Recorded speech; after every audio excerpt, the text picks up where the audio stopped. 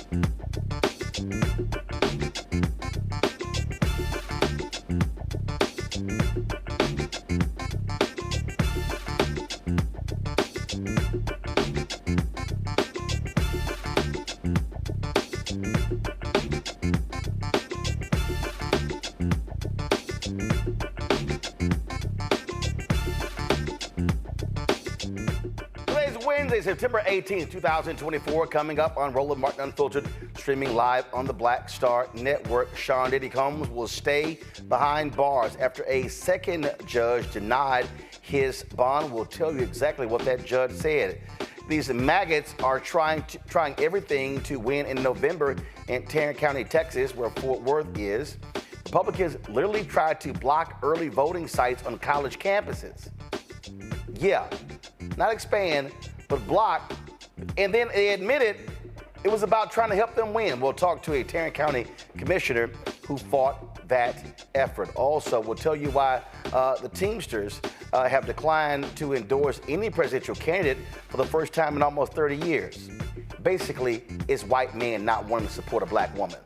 The family of a black man shot and killed by D.C. police is urging the Department of Justice to open a civil rights investigation into his death. We'll talk with the family and the attorneys for Justin Robinson.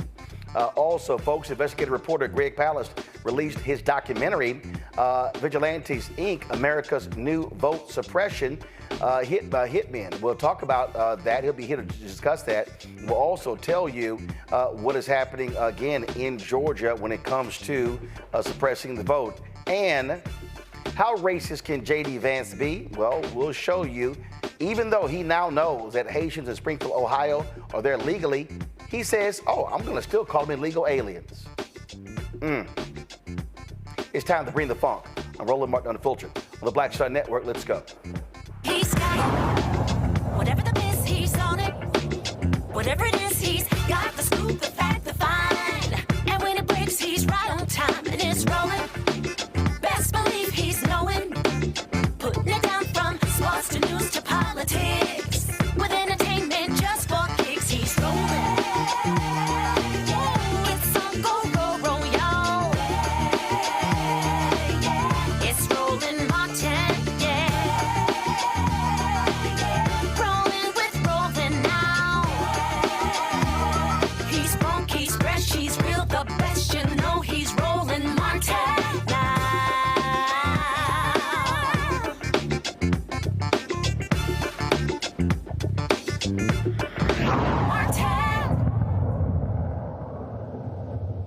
Republicans in Texas continue their efforts to try to steal elections. In Tarrant County, Texas, where Fort Worth is, Republicans on the county commissioner's court literally tried to eliminate early voting sites on college campuses.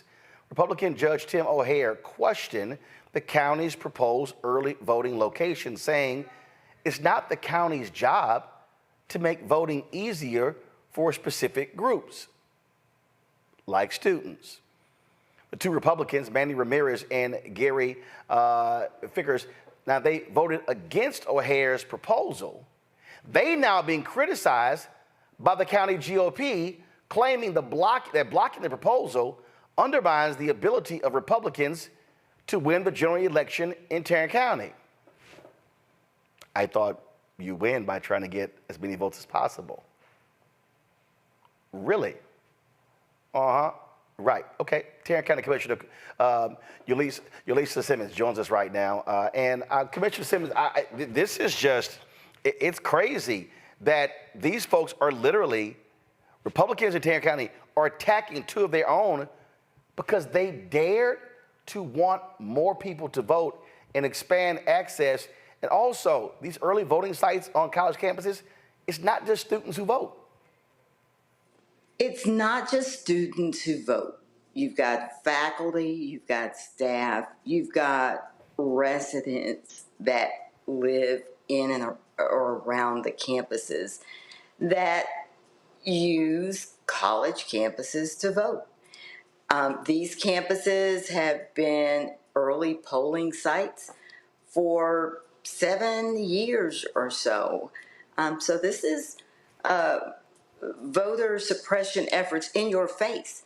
They're telling us why they don't want early polling places on college campuses, because they're students are voting more, they tend to be liberal, and they're telling us we've got to stop them from voting. They're saying it, their inside voice is outside. They're telling us. Oh, absolutely. And so they actually put forth this resolution, which is just sort of baffling because, and you would think that county Republicans there would say, okay, this is kind of stupid. Go to my iPad.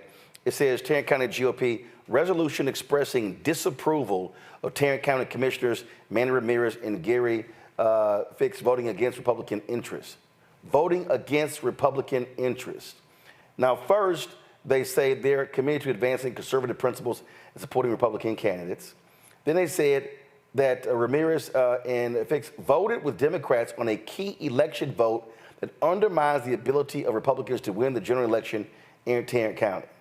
They said their decision to vote with Democrats will make it more difficult for Republican voters to engage in the upcoming general election, jeopardizing the party's ability to maintain robust conservative leadership in local government. Then they say, by siding with Democrats on measures that weaken the Republican position, Commissioner Ramirez has signaled a disregard for the interests of the party and its constituents. I'm confused. How is this going to, quote, make it more difficult for Republican voters to engage in the upcoming general election? Are they assuming that there are no Republican voters on these campuses? Are they assuming that there are no Republican students, no Republican faculty, no Republican staff? I don't understand how having more early voting locations somehow hurts Republicans from engaging in the political process. So voter suppression is key to keeping Republicans in power here. They know it. The fewer Democrats that vote, the fewer people that vote, that bodes more favorably for Republicans. Republicans vote. You don't have to convince them. You don't have to do all of the things that Democrats have to do to try to drag people out of their homes and remind them to go vote. Republicans vote. They know that with Madam Vice President, at the top of the ticket now, there is this renewed excitement. There is interest from young folks, and they're terrified. They may as well say, we're scared to death. And that's what they are saying. They, in the meeting prior to the one in which the early polling list was approved 4-1, they were trying to get TCU off the list, Texas Christian University, in addition to the University of Texas at Arlington. And so when we came back, TCU was back on the list. So I guess the assumption is that the students at TCU are likely more conservative than those at UTA. You got me, Roland, and now they are upset at two of the Republican county commissioners, and I don't feel sorry for them. I've got my popcorn and watching them implode. But this is classic voter suppression tactics, and they're telling them, when you go on your social media or their social medias and you read the comments are blasting Commissioners Ramirez and Commissioner Fickus for voting to do the right thing. Our elections administrator stood up there and said, we've only got 51 early polling sites. I need 60 to 75.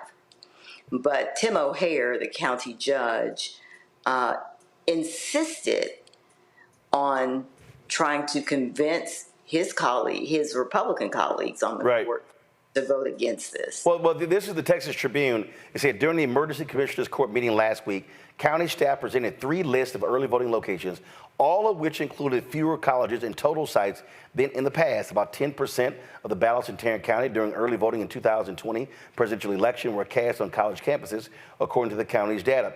Days before, Tarrant County Chair Bo French wrote in a newsletter that reducing polling sites would be, quote, a serious win for Republicans in Tarrant County. If, unquote, anybody out there who is confused as to where Republicans are, they want to shut down locations. They all across the South in this country, they want to curtail early voting. In North Carolina, they specifically targeted early voting because the data showed 70% of black people voted during early voting. They flat out are targeting Democrats, black people, young voters, and I keep telling young white folks, voter suppression ain't just about black and Latinos. It's about y'all too. It is, but let me go back to the targeting. So they also targeted community college campuses, all right? And they targeted, so they put TCU back on the list. So they were safe. Guess they went and did their, some research and determined, or called the university president or something, and realized there are likely more conservative students over there. But I represent Precinct 1, and I couldn't have gotten elected if it was not leaning Democrat. Now, it is becoming more and more of a Democratic animal. Got it. Commissioner Roy Brooks, who has been on the court for 20 years, he represents Precinct 1, and that is, black Tarrant County. And so the two of us, represent the portion of the county. We represent half the county, and the portion of the county that has more minorities. And so the schools they targeted, University of Texas at Arlington, TCC South Campus in Commissioner Brooks' precinct, Southwest Theological Seminary in Commissioner Brooks' precinct, and high school stadium in my precinct in Mansfield, Texas, where a tremendous amount minorities vote. So they targeted precincts 1 and 2. They didn't go targeting precincts 3 and 4, the other half of the county. Well, that's exactly how they roll. Commissioner Simmons, we appreciate it. Thank you so very much, and glad to see Republican colleagues standing up for what's right. In fact, you had a couple of Republicans, Mayor Mattie Parker and, go to my iPad, Representative Charlie Guerin. They defended Ramirez. The mayor said democracy is meant to be an arena for ideas. When we resort to winning at the expense of voter turnout, we've all lost. Manny Ramirez should be commended, not vilified, for doing his job and protecting our fundamental right to vote. Commissioner Simmons, thanks a lot. Yes, thank you. Want to go to our panel here. A. Scott Bolden, he is, of course, chair, National Bar Association Political Action Committee, former D.C. Democratic Party chair, attorney out of D.C. Candace Kelly, legal analyst and host, Not All Hood, South Orange, New Jersey. Kwame Jackson, political strategist, joins us as well. I'm trying to think, is this the first time I've ever had 2 Kappa panelists?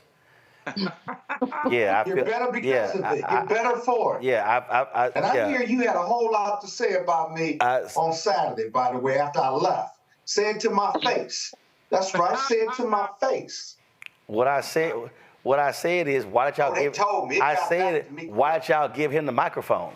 So anyway, let me go. Let me go ahead and start. Let me go ahead and start with the sanest, smartest person on this panel, Candace. So let me go first. No, you're not going first. You're not going first. I got this. You're not going first. Candace is going first. Got it? All right, Candace. Got it? Yeah. I'll let you go first, Candace. No, ain't no letting go first. She is going first. See, Candace, this is a thing that people need to understand. When Republicans have power, when they have a majority, in this case, 2 Republicans joined the 2 Democrats on the commissioner's court, and they got voted down 4-1. And they wanted them to vote along party lines.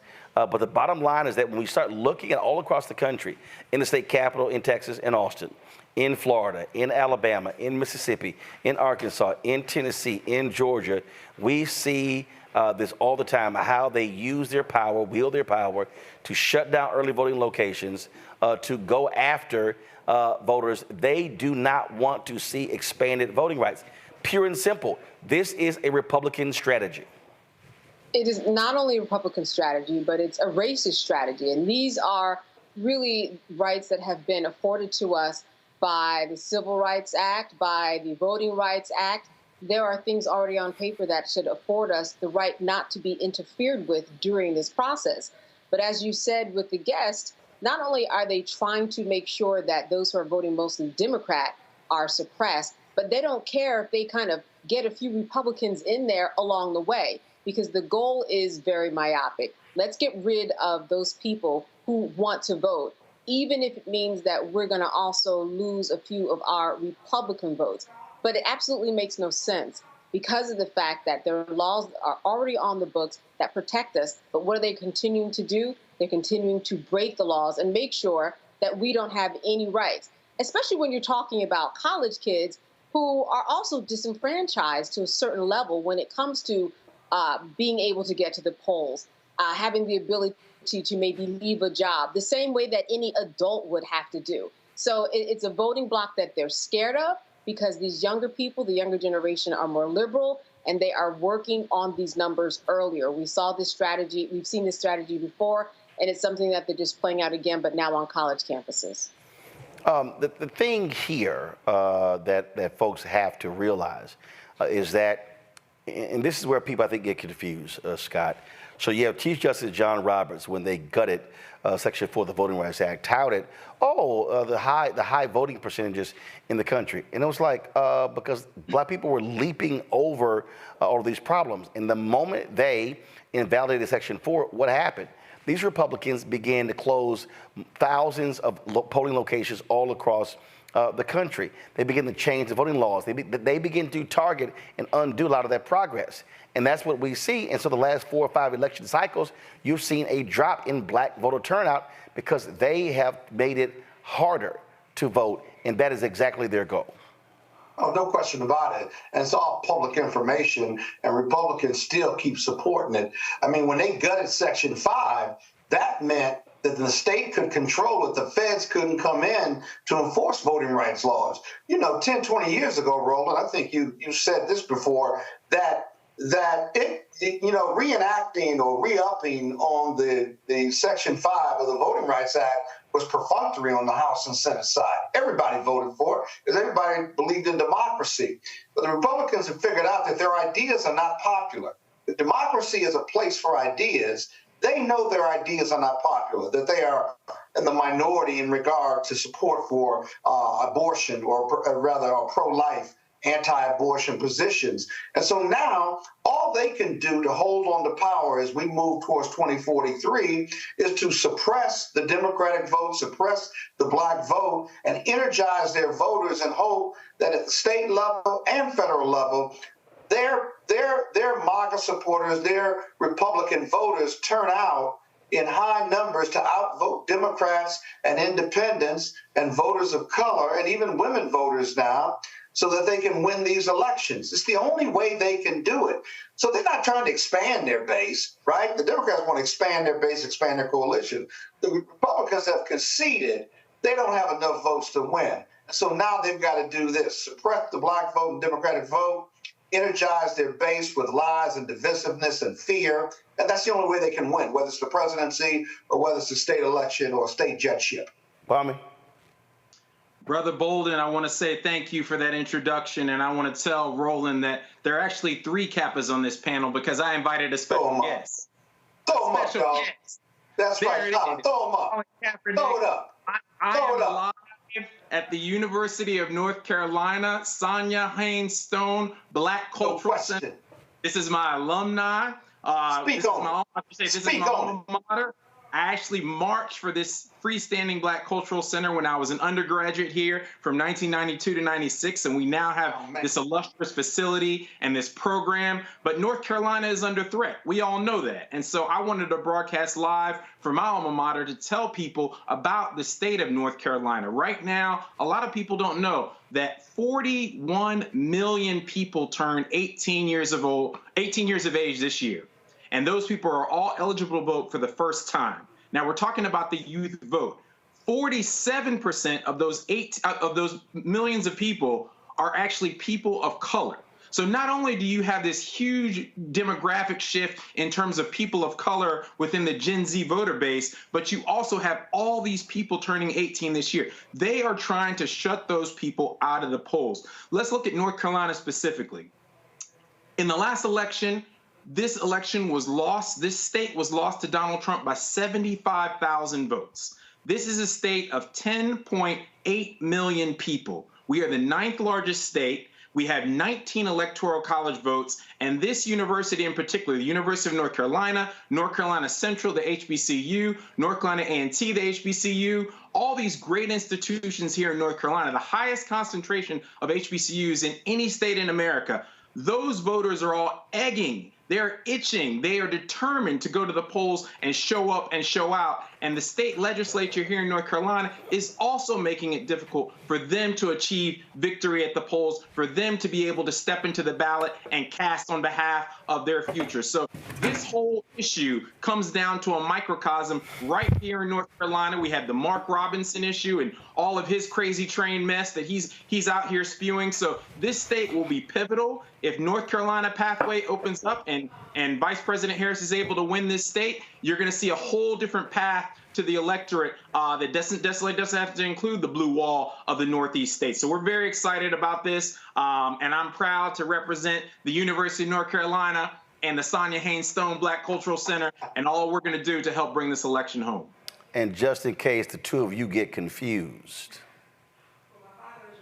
no, just in case y'all get confused, Anthony, go to camera 3. Just in case y'all get confused. Oh, God.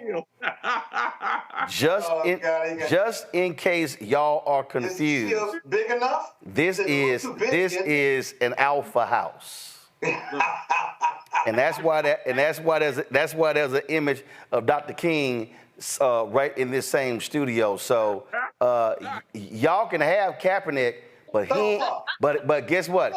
He ain't got no statue on the Mall on Washington. Here we go. And matter of fact, before I go to break, let me remind you that after you leave the King Memorial, I want you to then go to Capitol Hill, and when you go by the Supreme Court, bow down to that monument to Thurgood Marshall at the Supreme Court. And then when you leave, the Supreme Court.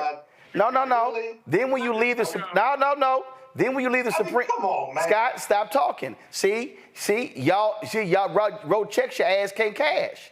And see, then when you leave the Supreme Court, I want you to then go to Washington D.C. and look at that monument to Marion Barry, another alpha man. So do understand. Do understand. Y'all are a youth group. Youth group, okay. There's only one fraternity. The rest of you are youth groups. Yeah, I don't think I'll be right back. I'll be right back on Roland Martin Unfiltered on the Alpha Black Star Network.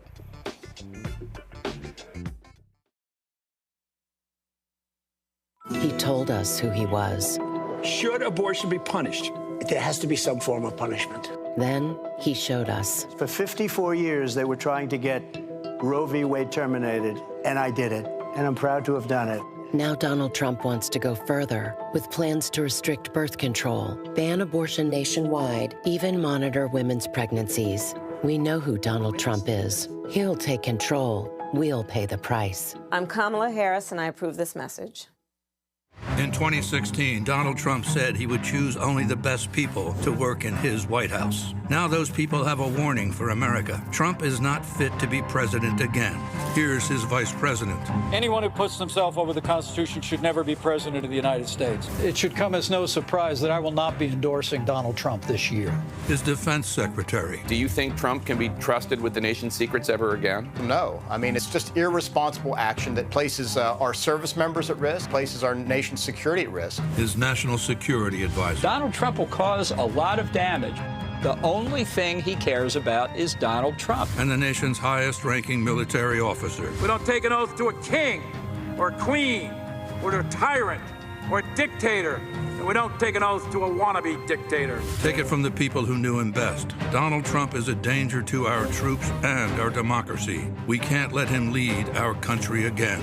I'm Kamala Harris, and I approve this message. IVF is a miracle for us because it allowed us to have our family. After having my daughter, I wanted more children, but my embryo transfer was canceled 8 days before the procedure. Donald Trump overturning Roe v. Wade stopped us from growing the family that we wanted. I don't want politicians telling me how or when I can have a baby. We need a president that will protect our rights, and that's Kamala Harris. I'm Kamala Harris, and I approve this message. Here's a 78-year-old billionaire who has not stopped whining about his problems. Oh, she had a big crowd. Oh, the crowd. This weird obsession with crowd sizes. It just goes on and on and on.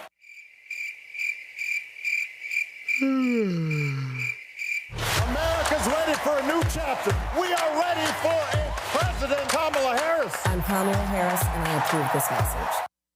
The overturning of Roe almost killed me. I had a blood clot in my uterus that caused my labor to have to be induced because of the overturn of Roe v. Wade. I wasn't able to get life-saving treatment sooner. I almost died. And that's because of the decision that Donald Trump made. I was able to get Roe v. Wade terminated, and I'm proud to have done it. The doctors and nurses were afraid that if they treated me in the incorrect way, that they would be prosecuted for that. And that's appalling. Donald Trump says that women should be punished. Do you believe in punishment for abortion? There has to be some form of punishment. For the woman? Yeah. I believe that women should have reproductive freedom to make the choices about their own bodies. 4 more years of Donald Trump means that women's rights will continue to be taken away one by one by one by one. This has to stop because women are dying. I'm Kamala Harris, and I approve this message. Hi, I'm Jo Marie Payton, voice of Sugar Mama on Disney's Louder and Prouder Disney Plus, and I'm with Roland Martin on Unfiltered.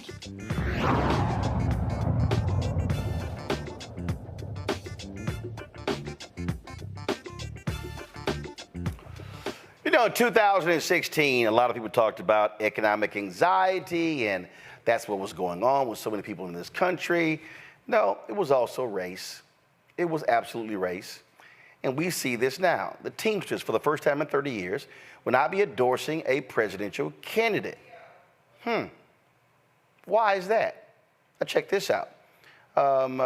General President Sean O'Brien, who spoke at the Republican National Convention but was not offered a speaking slot at the Democratic National Convention, said in a statement that neither major candidate was able to make serious commitments to our union to ensure the interests of working people are always put before big business.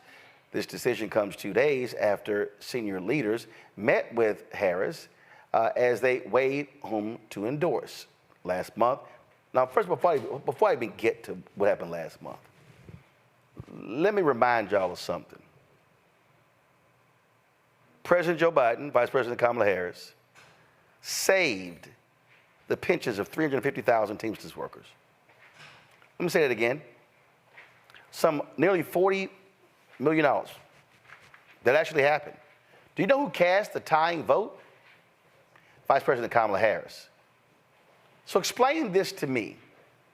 Explain this to me when the Teamsters took a poll of their members. Took a poll of their members. This was April through July. Go to my iPad. Let's go. Biden got 44.3%. Trump got 36.3%. RFK got 5.6%. Cornel West got 1.7%. Then all of a sudden, Biden drops out. Harris gets 34%. Trump gets 59.6%. The other candidates get 6.4%. What changed? Oh, the black woman. The black woman is now at the top of the ticket. The reality is, the Teamsters is full of a bunch of white men, white conservative men. What this also tells you is that this notion of when you provide an economic reason for them to vote for you, they still are not going to vote for you. Yes, Biden-Harris saved their asses. And this is how the Teamsters reward them. Now, last month, the Teamsters National Black Caucus Executive Board endorsed Vice President Harris. Okay? As a result of this decision, a number of other Teamsters organizations across the country, they have been endorsing Vice President Kamala Harris. Since this decision came down, a number of various Teamsters groups have come out in support. In California, 300,000 Teamsters across California, Nevada, Hawaii, and Guam endorse Harris Walls. In addition to that, let's see here. So there was another tweet that came forward. Give me 1 second so I can find it. This has literally been happening in the last 25, 30 minutes as more have been. Oh, so in Michigan, let's see, give me 1 second. In Michigan, the Michigan Teamsters Joint Council, 245,000 active and retired members, and the Teamsters Joint Council, 300,000 members in Nevada, actually endorsed Vice President Kamala Harris and Tim Walz. And so what you're seeing is you're seeing individual states make this move as a result of what happened on the national level.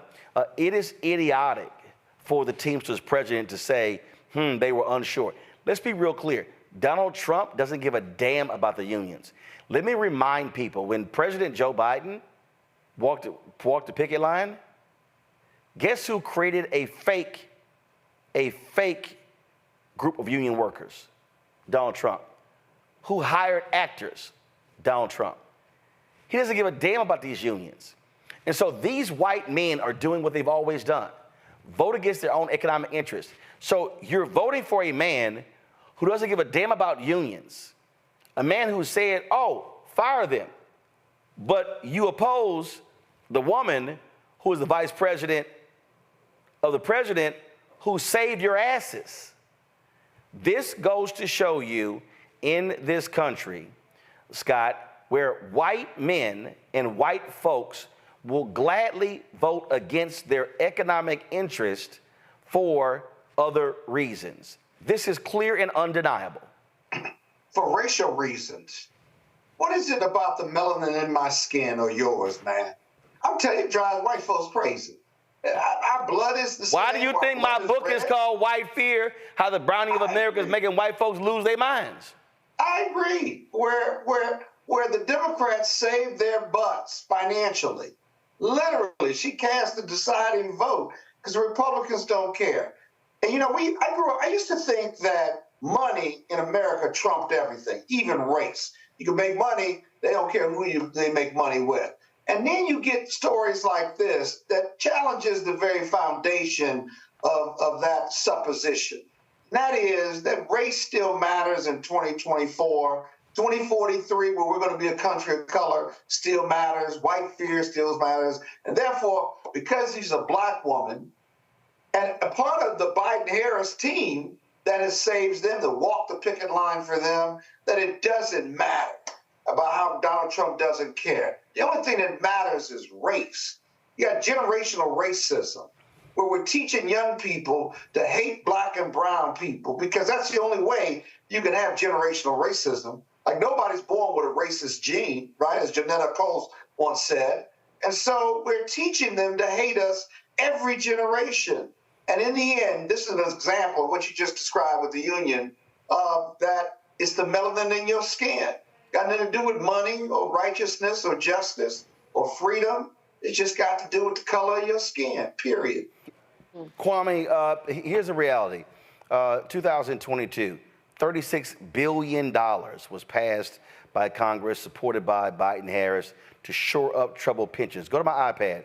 600,000 Teamsters pensions were shored up. 600,000. This is their statement from July 29th. Today's action protects the pensions of 70,000 workers and retirees in New England, including 6,000 in New Hampshire. We protected more than 40,000 Teamsters in Ohio and Michigan, more than 30,000 in Illinois and Missouri, more than 20,000 in Wisconsin, Minnesota, and Pennsylvania. So this is actually right here. And it says, look at this here. Because of the American Rescue Plan and the support of congressional Democrats who passed it without a single Republican vote, over 1 million union workers and retirees have already been protected from brutal cuts of up to 75% to the pensions they sacrificed so much to secure. But 59% of these Teamsters will happily go along and support Trump, who doesn't give a damn about unions at all. Roland, let me share a few stats with you that I actually just recently looked up. The Teamsters gender ratio is 81% male, 19% female. The Teamsters are 61.4% white and 17% Hispanic or Latino.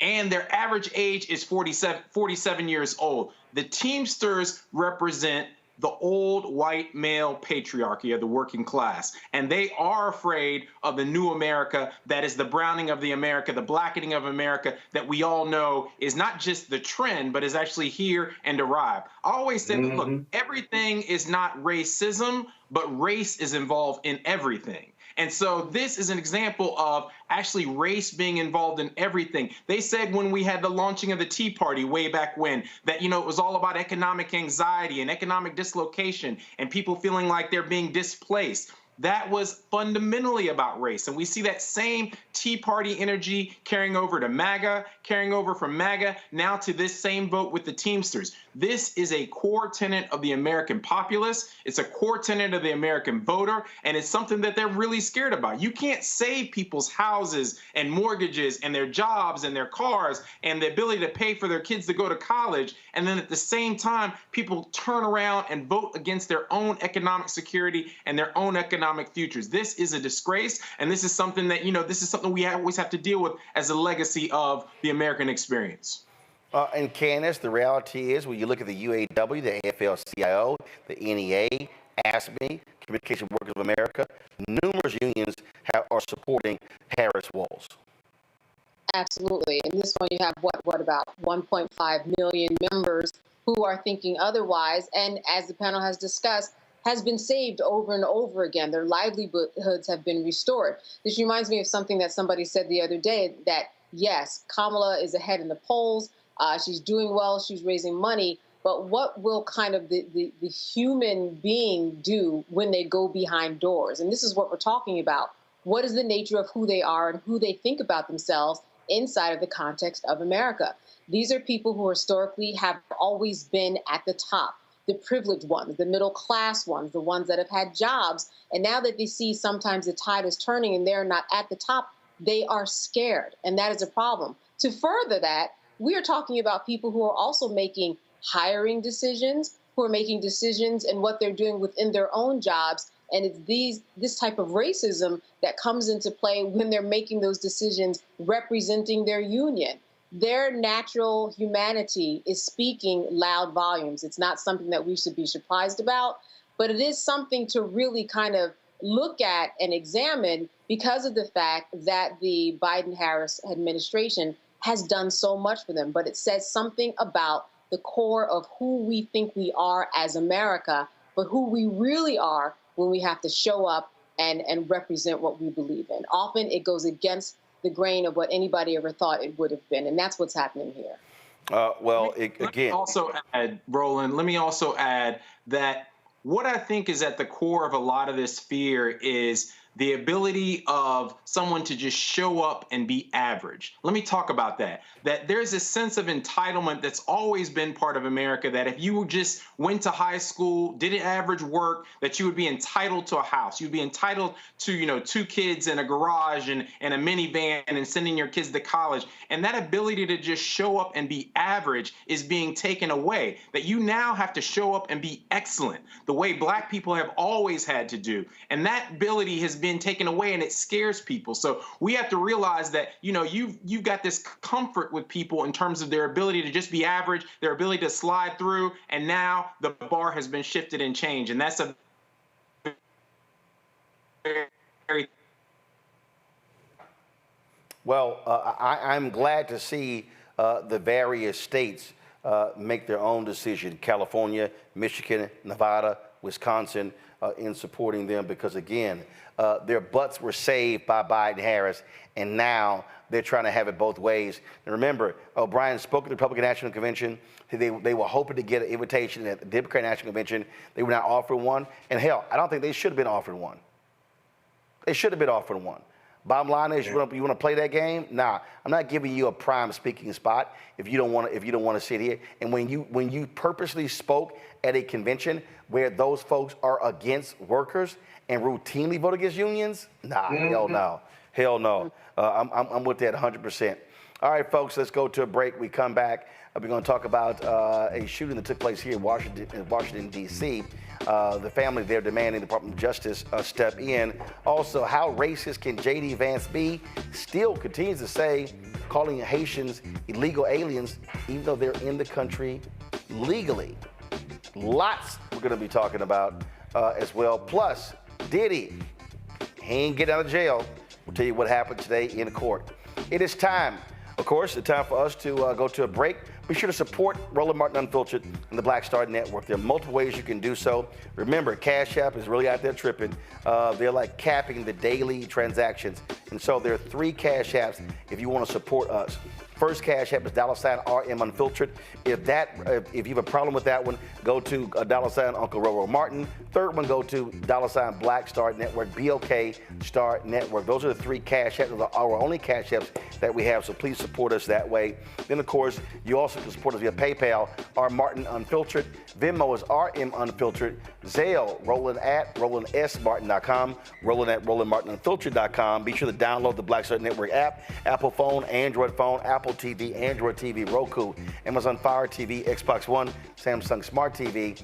And of course, be sure to get a copy of my book, White Fear, How the Browning of America is Making White Folks Lose Their Minds, available bookstores nationwide. Get the audio version on Audible. We'll be right back. He told us who he was. Should abortion be punished? There has to be some form of punishment. Then he showed us. For 54 years, they were trying to get Roe v. Wade terminated, and I did it, and I'm proud to have done it. Now Donald Trump wants to go further with plans to restrict birth control, ban abortion nationwide, even monitor women's pregnancies. We know who Donald Trump is. He'll take control. We'll pay the price. I'm Kamala Harris, and I approve this message. In 2016, Donald Trump said he would choose only the best people to work in his White House. Now those people have a warning for America. Trump is not fit to be president again. Here's his vice president. Anyone who puts himself over the Constitution should never be president of the United States. It should come as no surprise that I will not be endorsing Donald Trump this year. His defense secretary. Do you think Trump can be trusted with the nation's secrets ever again? No. I mean, it's just irresponsible action that places our service members at risk, places our nation's security at risk. His national security advisor. Donald Trump will cause a lot of damage. The only thing he cares about is Donald Trump. And the nation's highest-ranking military officer. We don't take an oath to a king or a queen or to a tyrant or a dictator. And we don't take an oath to a wannabe dictator. Take it from the people who knew him best. Donald Trump is a danger to our troops and our democracy. We can't let him lead our country again. I'm Kamala Harris, and I approve this message. IVF is a miracle for us because it allowed us to have our family. After having my daughter, I wanted more children, but my embryo transfer was canceled 8 days before the procedure. Donald Trump overturning Roe v. Wade stopped us from growing the family that we wanted. I don't want politicians telling me how or when I can have a baby. We need a president that will protect our rights, and that's Kamala Harris. I'm Kamala Harris, and I approve this message. Here's a 78-year-old billionaire who has not stopped whining about his problems. Oh, she had a big crowd. Oh, the crowd. This weird obsession with crowd sizes. It just goes on and on and on.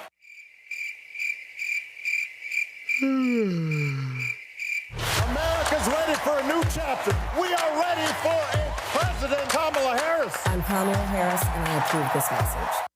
The overturning of Roe almost killed me. I had a blood clot in my uterus that caused my labor to have to be induced because of the overturn of Roe v. Wade. I wasn't able to get life-saving treatment sooner. I almost died. And that's because of the decision that Donald Trump made. I was able to get Roe v. Wade terminated, and I'm proud to have done it. The doctors and nurses were afraid that if they treated me in the incorrect way, that they would be prosecuted for that. And that's appalling. Donald Trump says that women should be punished. Do you believe in punishment for abortion? There has to be some form of punishment for the woman. Yeah. I believe that women should have reproductive freedom to make the choices about their own bodies. 4 more years of Donald Trump means that women's rights will continue to be taken away one by one by one by one. This has to stop because women are dying. I'm Kamala Harris, and I approve this message. Hi, I'm Isaac Hayes III, founder and CEO of Fanbase. Fanbase is a free-to-download, free-to-use, next-generation social media platform that allows anyone to have followers and subscribers on the same page. Fanbase was built through investment dollars from equity crowdfunding from the Jobs Act. People just like you help build Fanbase, and we're looking for more people to help build Fanbase. We are currently raising $17 million in a Regulation A crowdfund on Start Engine. We've already crossed $2.1 million, but we're looking to raise more capital from people just like you that deserve the opportunity to invest in early-stage startups without having to be accredited investors. So right now, I'd like you to go to startengine.com/fanbase and invest. The minimum to invest is $399. That gets you 60 shares of stock in Fanbase right now, today. And then use Fanbase to connect with friends, grow your audience, and be you without limits.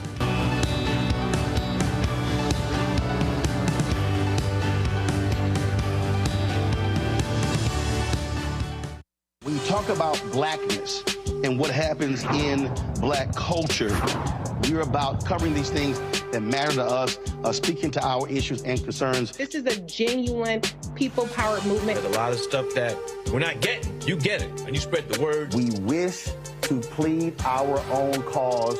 Too long have others spoken for us. We cannot tell our own story if we can't pay for it. This is about covering us. Invest in black-owned media. Your dollars matter. We don't have to keep asking them to cover our stuff. So please support us in what we do, folks. We want to hit 2,000 people, $50 this month, raise $100,000. We're behind 100,000, so we want to hit that. Y'all money makes this possible. Check some money orders. Go to P.O. Box 57196, Washington, D.C. 20037-0196. The Cash App is $RM Unfiltered. PayPal is R Martin Unfiltered. Venmo is RM Unfiltered. Zelle is Roland at RolandSMartin.com. This is Essence Atkins. What's the love king of R&B, Raheem Devon? It's me, Sherry Shepard, and you know what you watch. You're watching Roland Martin Unfiltered.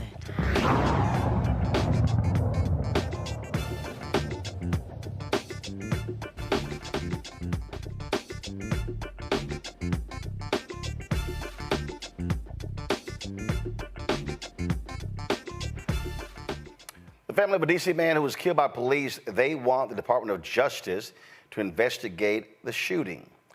Two police officers fatally shot 26-year-old Justin Robinson in the early morning of September 1st after police responded to a vehicle that had crashed into a McDonald's.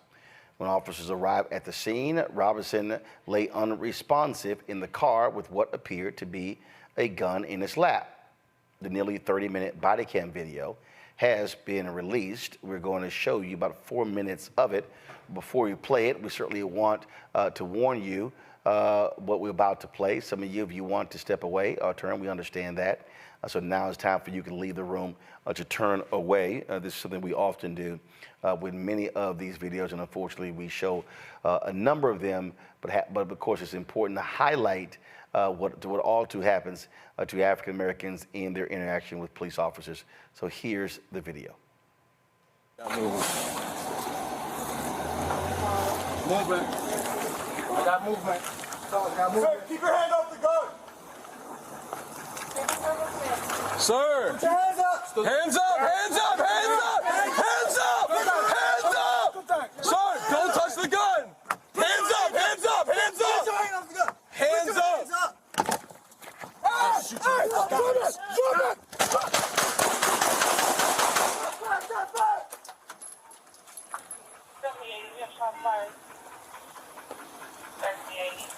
Hands up! Hands up! Hey, sir, just by shots fired. Hey, we have eye on the firearm. Got the firearm? Firearm recovered. Move back, move back. Back! Hey, start the board! No, back to the car, back to the car. No. Back to the car. No, we gotta treat him, bro. Hey, firearm is safe out of the way. Hey, you have any other firearms, bro? Shit. All right.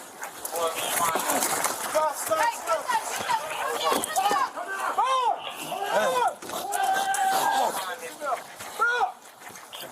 Hey, somebody grab a kit.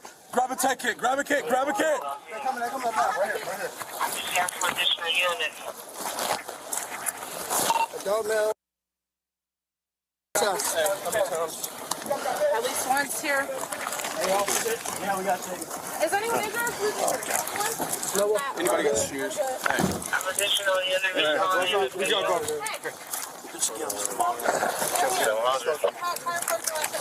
That's all.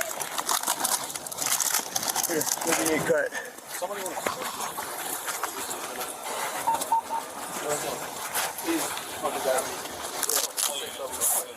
Yeah, what do you think is going to happen? Who you? I don't know, Sarge. 7080. We're going to have an MPD for 4. Good. No, this is going. I Board is already here working on it. Joining me in studio is Tralisha Robinson. She is Justin Robinson's sister and two of the Robinson family attorneys, Andrew Clark and Jade Mathis. Glad to have all three of you here. Unfortunately, under these circumstances, never good to do so. Andrew and Jade, I want to start with you first. First of all, in watching this video, how many shots were fired? 10 shots were fired. Okay, 10 shots were fired. Did his vehicle run into the McDonald's? So what happened? How did we arrive at this situation? So that's the thing, Roland, is once we see the body-worn camera, the car had already been in an accident at the McDonald's, and Mr. Robinson was already unresponsive. And when the officers arrived on scene, they were there for about 30 minutes prior to the shooting taking place, and they were looking at an unresponsive man. So, hold on. So they were on the scene for 30 minutes? Correct, trying to devise a plan, yes. Had anyone approached the car during that time? There were officers surrounding the vehicle, and they kind of peeked in and could tell that he was still out of it or asleep. So they did that a few times. They did that for about 15 minutes? About 7 to 8 officers. They continued to circle the car and make plans themselves of how they would approach the car, but none of them were logical plans, obviously. Okay, so 15 some odd minutes go by and they approach the car. He's unresponsive. And then what? He wakes up? So that's still something that we're investigating because the video that they've released is blurred out. And it's hard to see if Mr. Robinson is coming to and then passes back out. So they haven't provided an unredacted video? That's absolutely correct, Roland. Okay. Yes. All right, so he's unconscious and then he maybe wakes up. Did he have a gun? So there was a gun that was recovered, and that was what the officer states when they come on the scene, that they do see a firearm. That's correct. Okay, in the video that we showed, and it was hard to tell, at any point, did he raise the gun? Did he point it at any officer? And that's part of the investigation. And based off of what we've seen on the video, it's not clear that there was ever a gun raised. We do see later on that there's a gun recovered, but based on, I was going forward and backwards on this video several times, and I see empty hand. I guess where I'm confused, and guys, if y'all can go back to the beginning of it, where I'm confused, you've got multiple police officers surrounding a car. There's been an accident, unresponsive. Yes. You don't know if this person is unconscious. Yes. Obviously, an individual is, they are not necessarily in their right mind because when you have an accident, you come to or whatever the heck. And so what I'm trying to understand is, again, if that many officers are surrounding a car, go back to the beginning of the video, then I want you to freeze it. Because I'm just trying to understand. I'm just trying to understand how they approach this. All right, so guys, come on.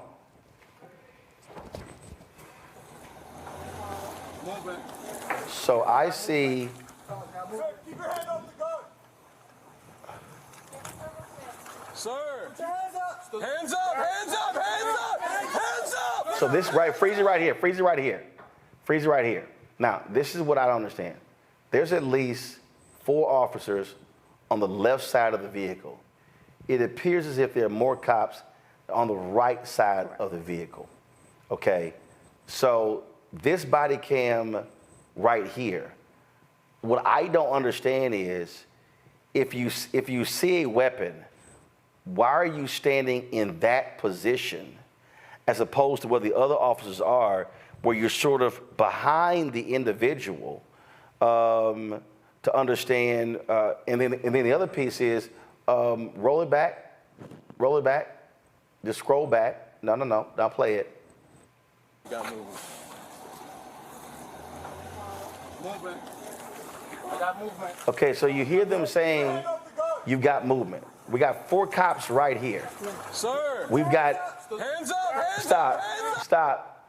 Looks like you got 2 to 3 cops on the right side. You literally have a situation. I understand they say they see a gun, but you have a situation contained. You've got 7 to 8 cops surrounding a car that's been immobilized. It's been an accident. He's unconscious. And so I don't understand why, in this situation, Tralisha, that they needed to fire when he's not going anywhere. Like literally, if the officers sort of stay back and all of a sudden and talk to him or whatever, he's not in a position to fire anyone. Yeah. That's just me. For you, it's got to be just insane to have to see that. I've watched it plenty of times. It doesn't get easier each time I watch it. I just don't understand why didn't they try to get him to come alert? Why didn't they announce themselves prior to? Why weren't other tactics thought of? I just don't understand. And in this video where they blurt his face out, he appears to go back out. So I just don't get it. I mean, Jade, I understand, listen, when someone has a weapon, I get that. But what I also understand is that if you're a police officer, you should be putting yourself in in a defensive position, as opposed to literally putting yourself in the line of fire, if you will. Yes, tactical. I think everything from when they arrived on scene, you can't see it here, but there was a fire truck off to the side, there was the EMS off to the side. He couldn't, if he decided to wake up and drive off, he couldn't have done that anyway. So I think just tactically, for it to be almost approximately 10 officers out there, and not one of those officers could have made a common sense or a trained decision, I think that says a lot. And I'm going to be very honest with you, Roland, because I don't sugarcoat things. If this was a different scenario, i.e. a McDonald's in Georgetown, and there was a Prius with someone of a much lighter skin hue and blonde hair and blue eyes sitting behind it with the Georgetown hoodie on, with Virginia license plates, they would have mediated. They would have handled this completely different. They would have called his parents. They would have called and shut the McDonald's down as long as they needed to. They would have made sure he made it to where he had to be. They would have took every precaution. Play the video because when they approach, I want to see when they approach the car, they try to open the door and it looks like it's locked. So play that because I want to. Movement. I got movement. Sir, keep your hand off the gun. Sir. Put your hands up. Hands up. Hands up. Hands up. Hands up. Hands up. Sir, don't touch the gun. Hands up. Hands up. Okay, stop right there. Okay, so again, this is just where I'm still confused here. Y'all said they're on the scene for 30 minutes. Mm-hmm. So this is not like they just arrived, they're on the scene. Absolutely. So frankly, he's been unconscious the entire time. All this time. Mm-hmm. Right. What I don't understand is, and again, if you approach a vehicle, you see someone unconscious, and you see, let's say, you say there's a gun in the lap. Okay, they're unconscious. What I don't understand is fire departments have tools to unlock cars. Yes. They could have They're tools to unlock cars. bullhorn to wake them up. The fire department was there. They could have used Well, no, but follow me here. If this takes place almost 30 minutes after they arrive there, he's unconscious for 30 minutes. Yes. I don't understand how you don't come to another solution because he's not conscious.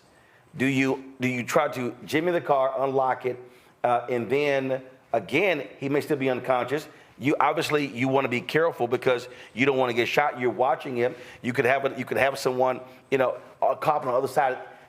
The thing that I always get at is Death is death. Yes. And you don't come back from death. And all the decisions leading up to that plays a role in this. What is the police department's response? So far, the police department has not really responded to this action, which is normal. We've done several of these cases in Washington, D.C. and Maryland and also in Virginia, and they usually don't respond. What's further troubling about the response that they did have is they have no answer, Roland, to whether or not putting a gun in someone's car as they're waking up from being unconscious for we don't know how long, whether or not that's protocol for MPD. There was a case a few years ago for Antoine Gilmore. He was a young man who, in a similar situation, he was sleeping. The police noticed that there was a gun in his waistband. When he came to, unlike Mr. Robinson, Mr. Gilmore drove off, and they shot him, and they killed him because he was driving off. When is this going to stop, Roland? We have been experiencing this kind of policing since 1700, since slavery. When are the cops going to become woke? When are they going to stop treating us all like we're someone's property? Have you, the request to DOJ, is that in a letter, phone call? How have you made that request? So we had a press conference outside 2 days ago, the DOJ, and I believe we're following up Absolutely. on their request. Yes. So what normally happens with with this process is we file a letter of intent with the District of Columbia. And independently, DOJ has to make a decision on whether or not they are planning to further investigate this issue. Now, the lens that they look at is a little bit different than the lens that we're looking at it. They will not bring a case unless they feel that they have beyond a reasonable doubt. Right, the civil rights violations were correct. Gotcha. They won't even bring it. Now, against one of us, if we were to do something like that officer did, we don't need beyond a reasonable doubt to be charged. We need probable cause. But for officers, it's a different standard. Tralisha, who was your brother? What did he do? He worked for the Office of Attorney General. He worked for Cure the Streets. So What's that? That's like I want to say a program that's in the District of Columbia to help combat the violence in the District of Columbia. How old was he? You said how old was he? He was 25 years old. Wow. Yep. That is just beyond sad there. Well, we appreciate y'all being with us. Keep us updated. Let us know what happens. Before I do that, let me go to my panel. We'll go to Scott Bolden first. Scott, you saw the video. Your assessment of what you saw. Yeah, you and I have broken these videos down quite a bit. So the first thing is this, right? Dangerous situation. He's asleep, car's locked, but you've got the police officers there for 30 minutes. Did you notice the one police officer, he had a riot shield, a riot gear shield, right? Two, they did not have the police dogs there, but he had a shield, right? So why wasn't the police officer with the riot shield, or two or three of them, approach the car? The car wasn't going anywhere. Secondly, because he has a gun doesn't automatically mean he's a threat to the police. Right. They're yelling at him. He might have had a license to carry that gun. Yeah. Think about it, Roland. But also they're yelling at him. There was an accident. If you've been there 30 minutes, he's unconscious. So if I'm unconscious, you're yelling at me don't really mean anything because my ass unconscious. Okay, but then he wakes up, right? And when you wake up, your natural movement is to put your hands on the steering wheel. Or you're startled. He doesn't know what's going on. He knows he has the weapon, but he's never, at least based on the video, has never picked the weapon up and been a threat. You can have a gun in your car. It can be illegal, but I don't need to be shot and killed because until I become a threat to the police, and then what happened, then deadly force shouldn't be used against me on a Tennessee v. Garner. Then lastly, what started them shooting was that someone yelled, "We got a shooter, we got a shooter." Now, I didn't hear any gunshots, but apparently one of the police officers believed that they saw him pick up the gun or touch the gun. touching the gun is not a shooter. And as soon as they announce, we got a shooter, everybody's relying on that statement, and then they unload 10 rounds in there and kill him, right? Now, how many of those police officers were threatened? How many third parties were threatened by this violence disruptor? Your brother was a violence disruptor who worked for the government, okay? I mean, that's what the press is saying. That's what the cats on the street say. He was a good dude. I know a little bit about this case indirectly. And so now you've killed him, and you still really don't know what you got, because there's no way he could have been a threat to those 10 police officers. And so here we got another dead man at the hands of police. The police, I tell you when they're going to stop. They're not going to stop until they see your brother and other black men and women like you and me as human beings, because they don't see us as human beings. They don't, whether they see us as property or below you, they don't see us here. Because if they saw me as a human being, they give me every benefit of the doubt, no matter what the situation is, in order to preserve my life. Right. To preserve my life. Right. And yet they didn't. Candace. That Roland, that's what I see. I'm tired of talking about these, because you're going to have more coming forward. Yep. We've done a whole lot in the past. This is Philander. This is almost worse than Philander Castile in Minnesota. You think? Remember, Philander Castile, he told the cop, I have a gun. A license for this gun. He literally said it, and he still got shot. Candace, your assessment. Candace, your assessment. And let me just piggyback off of what he said. The benefit of the doubt is key here. Because, again, she already said it on the panel, had he been in another neighborhood, he would have been approached as if he had had maybe a heart attack. Or some type of, brain hemorrhage or something that knocked him out. That's generally what the police would do if you were in another neighborhood and you looked a different way. Obviously, excessive force. Too long to wait if you are trying to save someone and he appears unconscious. This is a person that needs medical help, probably. Nobody moved on the basic understanding of what it means to protect and serve. And finally, what I want to say is that even when they did bark orders at him, you couldn't even understand what they were saying. And I'm sitting here on the outside. I know he could not have understood what they were all barking at him at the same time on the inside of that car. You literally audibly just couldn't make sense of what was going on. And that is a problem, which is why the Department of Justice has to get involved, because this was so many officers that were congregated and they all had the same wrong baseline idea about how to carry out their job.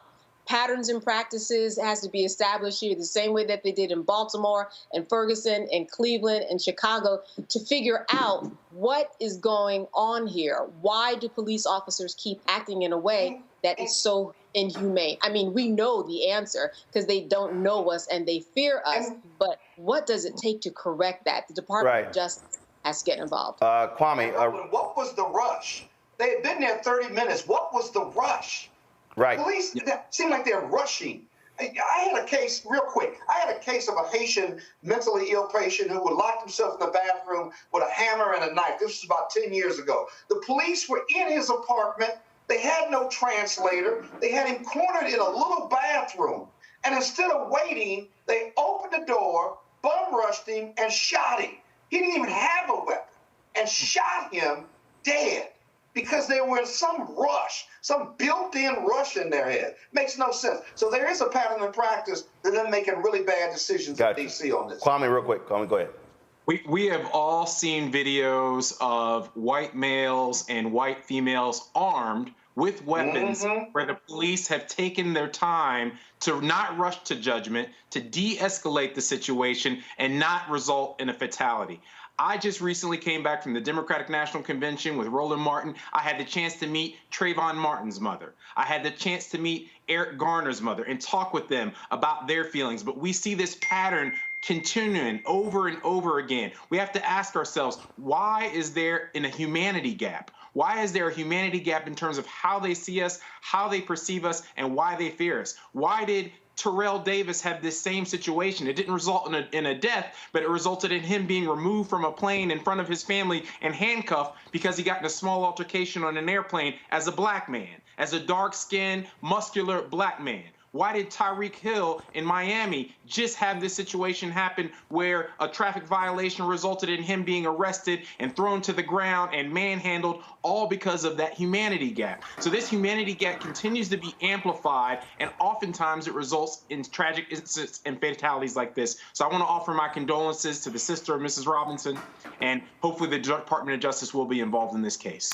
Final comment, Jake. One last thing, I don't know if you all were able to identify it on the video, but one of the officers said probably about 5 or 6 minutes before they approached the car that I need deadly coverage and I need extradition. And I'm not understanding why. Like, where are you going? Are you in Afghanistan? Are you in Iran? Are you going to war? But he did have the intention of going to war and needing deadly coverage because he probably already knew that what was going to demise and he was going to kill him. So Roland, they needed deadly coverage because they knew they had a gun. So that's not necessarily wrong, but then they said extradition. And that's key, because extradition means go in the car, grab him. That means bust the window and grab him through the window before he can get to the gun. It's going to take 2 of them to do it, or somehow open that door and drag him out without using deadly force. They didn't do extradition. They just went with, he's a shooter, we got a shooter. Once they make that command, everybody opens fires. Completely unreasonable. Indeed. Again, Jay, Tralisha, Andrew, we appreciate it. Keep us abreast of what happens next. Thank you, Roland. For having us. Folks, so we come back, we'll talk about the continued attack on voting rights with Greg Palast, who has a new documentary out showing what's happening in this country and showing why we must be vigilant, especially when it comes to protecting our right to vote against Republicans nationwide. You're watching Roland Martin Unfiltered on the Black Star Network. Back in a moment. He told us who he was. Should abortion be punished? There has to be some form of punishment. Then he showed us. For 54 years, they were trying to get Roe v. Wade terminated, and I did it, and I'm proud to have done it. Now Donald Trump wants to go further with plans to restrict birth control, ban abortion nationwide, even monitor women's pregnancies. We know who Donald Trump is. He'll take control. We'll pay the price. I'm Kamala Harris, and I approve this message. In 2016, Donald Trump said he would choose only the best people to work in his White House. Now those people have a warning for America. Trump is not fit to be president again. Here's his vice president. Anyone who puts himself over the Constitution should never be president of the United States. It should come as no surprise that I will not be endorsing Donald Trump this year. His defense secretary. Do you think Trump can be trusted with the nation's secrets ever again? No. I mean, it's just irresponsible action that places our service members at risk, places our nation's security at risk. His national security advisor. Donald Trump will cause a lot of damage. The only thing he cares about is Donald Trump. And the nation's highest-ranking military officer. We don't take an oath to a king or a queen or to a tyrant or a dictator. And we don't take an oath to a wannabe dictator. Take it from the people who knew him best. Donald Trump is a danger to our troops and our democracy. We can't let him lead our country again. I'm Kamala Harris, and I approve this message. IVF is a miracle for us because it allowed us to have our family. After having my daughter, I wanted more children, but my embryo transfer was canceled 8 days before the procedure. Donald Trump overturning Roe v. Wade stopped us from growing the family that we wanted. I don't want politicians telling me how or when I can have a baby. We need a president that will protect our rights, and that's Kamala Harris. I'm Kamala Harris, and I approve this message. Here's a 78-year-old billionaire who has not stopped whining about his problems. Oh, she had a big crowd. Oh, the crowd. This weird obsession with crowd sizes. It just goes on and on and on.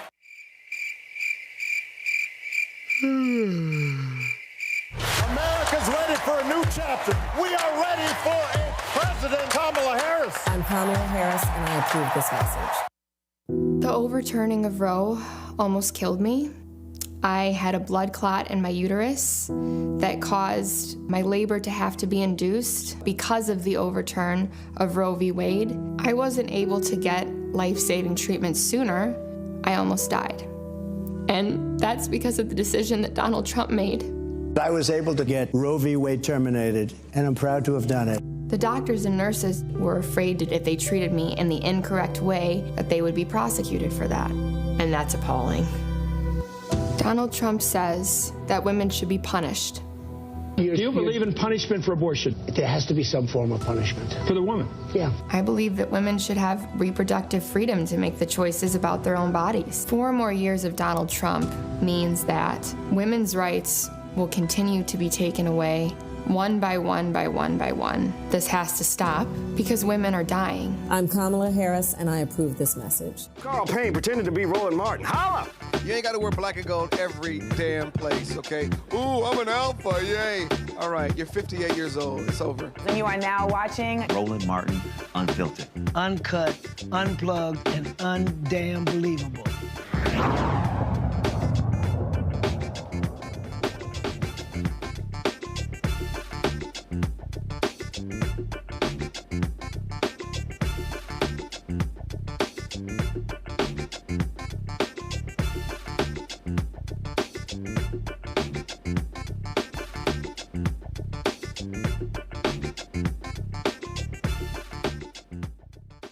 Folks, earlier we talked about how Republicans are doing all they can to suppress the vote.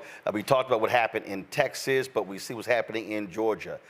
Greg Palast, the investigative reporter, has a new documentary. It is called Vigilantes, Inc., America's New Vote Suppression Hitmen. It's narrated by Rosario Dawson and produced by Martin Sheen. It is about the latest attacks on the right to vote. Here is a sneak peek.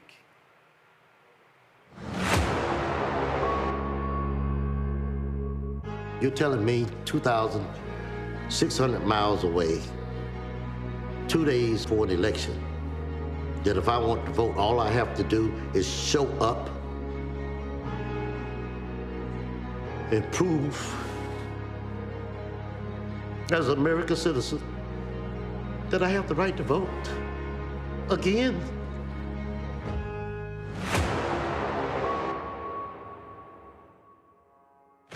Is this an attempt to remove a lot of Democrats, black people from voting to win the election? I am far from that, sir, and you have crossed the line. And today to come out and not be able to vote and no one can give you an explanation, like, it's extremely emotional and it bothers me. It bothers me to my core.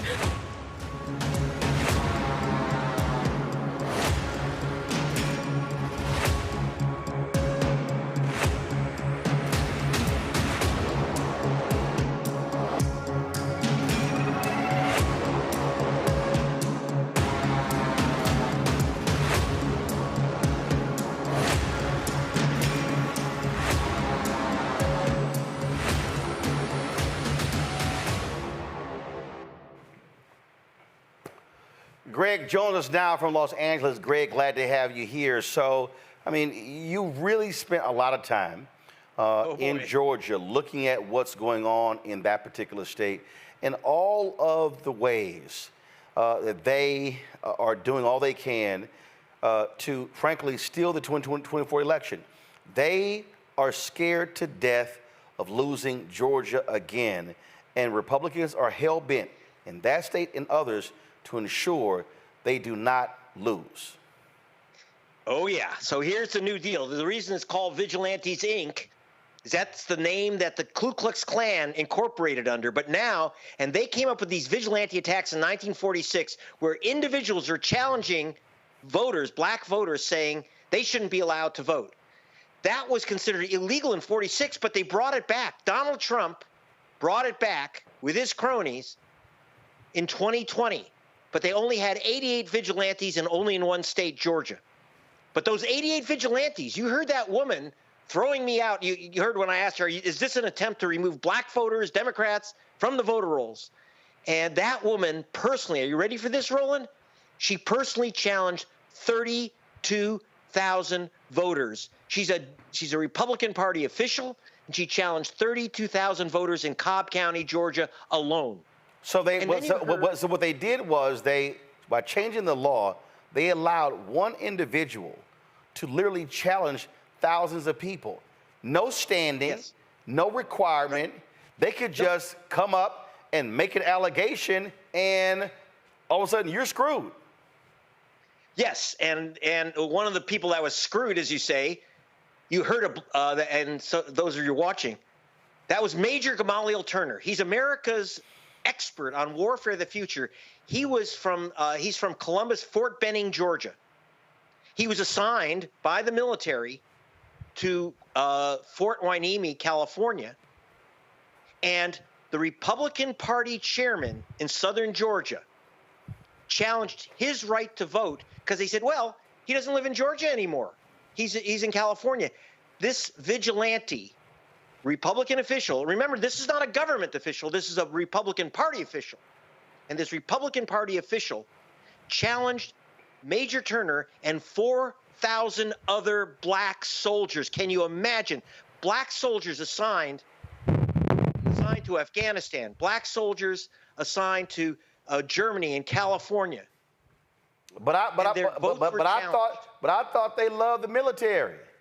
Oh, they love the military if you're white military, if you're Republican military.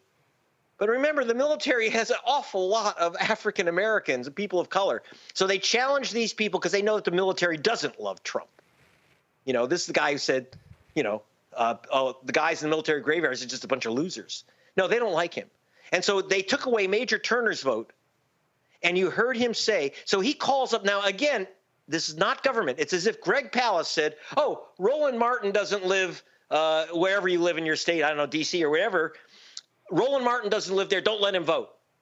But they're not doing it with one voter where they fill out a form. They're sending in emails with lists of thousands of voters. So this guy sent in a list of 4,000 black soldiers, blocked them from getting their vote.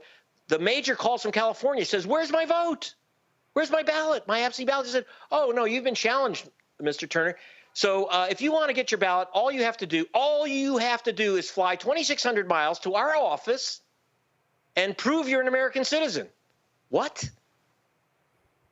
White voters didn't have to do this. And it was 180,000 voters. And by the way, Major Turner, as you'll see in my film, Major Turner does go to Georgia. And he brings, so he flies 5,000 miles round trip.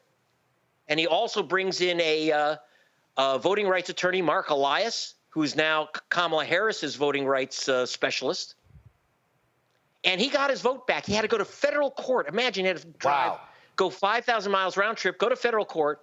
His vote was restored, but you know the judge would not allow the other 4,000 black men to get their votes. The 32,000 votes, we were able to block that lady because people saw my film, Vigilantes, Inc. And the elections board, even the Republicans said, we're not going to accept this stuff.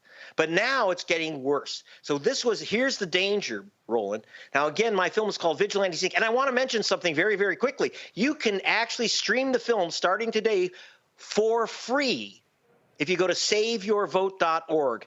And thank you very much to Jamie Foxx and Leonardo DiCaprio and George DiCaprio, my producer, one of my producers, who is saying, you can go to gregpalast.com, gregpalast.com, and download the film for free, or saveyourvote.org. And they've made it available for free streaming. Send around the link. And by the way, if you go to saveyourvote.org, we show you how to check your registration. We show you we give you the phone numbers in case you need lawyers when you're at the polling station and you find out you've been challenged.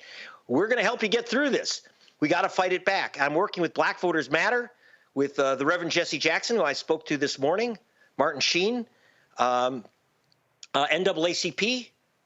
We're not standing here letting these vigilantes pick our president rather than the voters. Question for the panelists. Kwame, you're first. You know, when I look at this incident, one, I want to give you a lot of commendation for making this movie come together. But I've also looked at some of the stats where they say basically the people of color represent around 30% of the electorate, but we only cast about 22% of the actual ballots. So if we have that gap of about 8%, what do you think that's driven by? Is this driven by all the things you highlighted in your movie, or do you see more? Yes, absolutely. When we say that there was a lower turnout amongst minority voters, especially black voters, it's not that they're not trying to vote. Did you know that, you go in, you've been challenged or you've been purged, and they hand you something called a provisional ballot. I call it a placebo ballot. They make you think you voted, but you haven't. According to the United States government, 2.7 million provisional ballots were thrown out, rejected in the last presidential election. 2.7 million ballots. And dig this, if you're black, the chance your provisional ballot won't be counted is 700% higher than if you're white. 500% higher if you're Hispanic than if you're white. So so black people are trying to vote, but they show up and, like Major Turner, you don't get your ballot because someone's challenged you. You've been purged. And you know, at the end of that little clip, we had a woman, an African-American young woman in tears. You know why? Because her grandmother had been voting in the same polling station for 50 years. Shows up and they say, you can't vote here. You're not on the voter rolls anymore because you don't live in Georgia anymore. I went to her house. If you had to offer one solution to that, what do you think we can focus on like a laser between now and the election? What do you think that one thing that we can work on if you want to make a recommendation to the audience? Absolutely. We have to stop the vigilance. Like Kamala Harris's voter protection person says, the #1 threat in this year, brand new, is this massive vigilante voter attack. In Georgia, they took it out for a test drive in Georgia in 2020, and they had 88 vigilantes. The group the Trump group that's behind this, True the Vote, they've gone from 88 vigilantes. Are you ready for this? They've signed up 40,000 vigilantes. They've already, as of 5 weeks ago, they challenged 832,000 voters. This story is not being covered, and that's why Harris and Elias are losing their minds. Actually, Reverend Jackson was talking with Kamala Harris about this on Saturday and talking about our film. So we're using the film as a weapon. It's not a movie, it's a movement.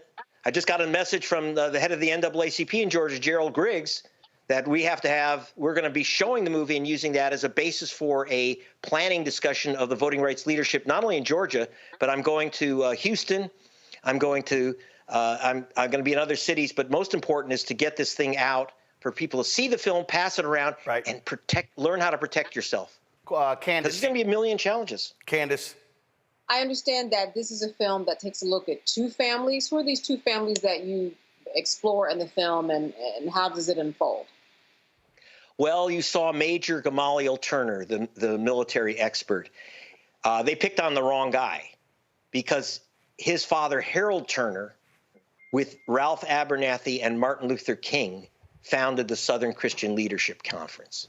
They picked a major voting rights, civil rights family of Georgia when they picked on Major Turner. So we follow him versus the guys who really set him up. That is Governor Brian Kemp of Georgia. And Kemp is behind all this vote suppression trickery. And in fact, now his family, they call themselves Kemp now, but they used to be called Habersham. He doesn't like to use that name. You know why? Because it was his family. It was the current governor's family who first brought enslaved Africans to Georgia. Slavery was against the law in Georgia until just before the American Revolution. And Kemp's family got a special dispensation to bring in slaves from King George III. And that started the whole plantation enslavement system in the South. Was started by his family. And the source of this guy's many millions is literally taken off the backs of black people. Scott? Hey, thank you so much for your movie. I'm going to put my law hat on, my legal hat. I know Mark Elias, he does great work. But if I'm in Georgia and I've been taken off the voter rolls, don't I have some due process rights? Doesn't the state have to give me notice of that and give me an opportunity to respond and to be heard and to cross-examine whoever's challenging my ballot? And wherever I am, I understand California, but let's say I'm in Georgia. I mean, they don't just throw me off the ballot because of a challenge, or am I just being naive here with this? Well, I wouldn't say you're naive. You have to know Georgia, oh boy, and some of these other states. And so they're supposed to send you a postcard, but it looks like junk mail. You've been challenged. But listen, unlike if you got challenged by the government, all you have to do is send back a postcard or call them up and make a contact, and you're back on the rolls. Okay. But when you're challenged by a vigilante under Georgia state law and other southern state laws, especially and in Arizona and other places, you have to physically go into the office and prove you are an American citizen and you live where you live. So you have all these absent black students, you have black soldiers, you have all these people who are temporarily moved, especially this was during COVID the last time. And you have to actually go into that office and prove you are who you are. What do I have to show them? What do I have to show them? Birth certificate, voting registration card, what? You have to show them that you're a citizen and that you live where you live. But the problem is people don't even know about these cards. A lot of people never get the cards or never see them, and they don't know they've been challenged, so they don't get their ballots. Or even worse, most Georgians who were challenged got their ballots, but when they mailed in their ballots, they weren't counted, and those people don't even know it. It's really horrific, and it's spread to 43 states, but mostly the battleground states. Trump is working on the battleground states. Well, real quick, the certification of the vote after November 5th in Georgia is now discretionary. It's not ministerial. Yes. Can you comment on that change in the law and how you believe the Republicans are going to try to undermine the elections now that it's discretionary? Well, in Vigilantes Inc., which again you get for free at SaveYourVote.org, Vigilantes Inc., I actually have Helen Butler, who was on the elections board, and she talked about the need to certify the vote. They try to pressure her not to certify the vote. And she said, I won't go along with it. So the governor used his new authority to simply remove her from her elections board. And she said, this is a real danger. People, if you don't know what certification means, it's a fancy legal term. But what it means is that once you have the vote, someone has to say, yes, this is the correct vote, the county elections board. And then it goes to the state elections board, and they certified it. Now, the current Republican, not just Republican, the MAGA-controlled elections board has already said that they may not certify the vote in Fulton County. Understand, Fulton County is Atlanta. Yep. Last time, Joe Biden won Fulton County by 250,000 votes. If they don't certify Fulton, Georgia's gone. Georgia's gone. Well, those are the games that they're playing. And so, listen, lawyers are going to be very busy because Republicans are going to be continuing to do this all across the country. Folks, you want to check the film out, Vigilantes Inc., go to GregPalast.com, GregPalast.com. You can also go and check it out on the other site. Go ahead and tell us what it is, Greg. Yep. Save Your Vote, not Save My Vote, not Save Roland's Vote, but SaveYourVote.org, and you can not only download or stream the film, but you can check your registration there and get other help and advice. All right. Thank you, Roland. Greg, you're doing God's work here, man. We appreciate it. Keep up the good work. Thanks a lot. Thanks. Folks, going to a break. We come back. We'll tell you what happened today in a New York City courtroom when it came to Diddy's attempt to get out of jail, plus the racist attacks by Senator J.D. Vance, Donald Trump's running mate, continues against Haitian immigrants. We'll show you what this idiot said today. You're watching Roland Martin Unfiltered on the Black Star Network. Support our work. Join our Bring the Funk fan club. Our goal is to get 20,000 of our fans contributing on average $50 each a year. That's $4.19 a month, 13 cents a day. Look, you're paying for this show, of course, the other shows on the Black Star Network, our travels around the country, and we're covering the stories that matter. The work that we're doing, nobody else in Black-owned media is doing. Nobody in Black-owned media is doing what we're doing every single day. Not Urban One, not Black Enterprise, not Essence, not Blavity, not the Griot. None of these folks, the work that we're doing every single day with this show and the other shows, giving you the information that you're not getting anywhere else. This is about covering our issues that matter. So support us via Cash App. Now, I told you what Cash App is doing. They've changed their rules. They're capping the number of daily transactions, weekly transactions, and monthly transactions. We have no idea why. It makes no sense whatsoever. And so what I want y'all to do is tweet them, comment on Instagram, tell them, change this, because this is impacting churches, nonprofits, and so it needs to be changed. They will only do so if you put the pressure on them to do so. So please hit Cash App on LinkedIn, hit them on Twitter, hit them on Instagram, hit them on every single platform, and tell them they need to go back to the way the things used to be. As a result, we had to create additional Cash App accounts because many of you were trying to contribute, but they were rejecting your contributions because of this daily cap. So our normal main account is $RM Unfiltered. The other backup is $Uncle Roro Martin. The other one is $BLK Star Network. BLK Star Network. Those are the only three. The other ways for you to support us, of course, where we have no issues, PayPal, which is paypal.me/RMartinUnfiltered, Venmo.com/RM Unfiltered, and Zelle. Use the emails Roland@RolandSMartin.com, Roland@RolandMartinUnfiltered.com. We'll be right back. He told us who he was. Should abortion be punished?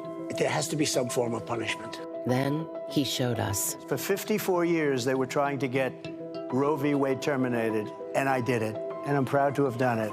Now Donald Trump wants to go further with plans to restrict birth control, ban abortion nationwide, even monitor women's pregnancies. We know who Donald Trump is. He'll take control. We'll pay the price. I'm Kamala Harris, and I approve this message.